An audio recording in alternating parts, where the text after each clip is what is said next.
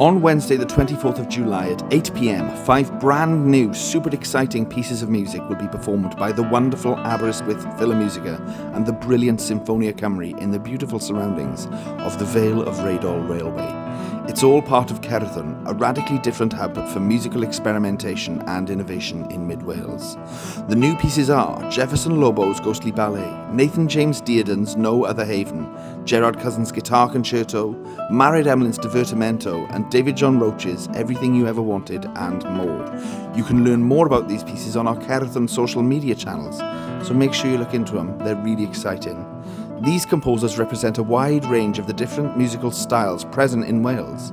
In purely sonic terms, you'll be able to hear the richness of different ensembles and instruments, with everything from small duos and quartets to works for string orchestra, soloist and orchestra, and full orchestra.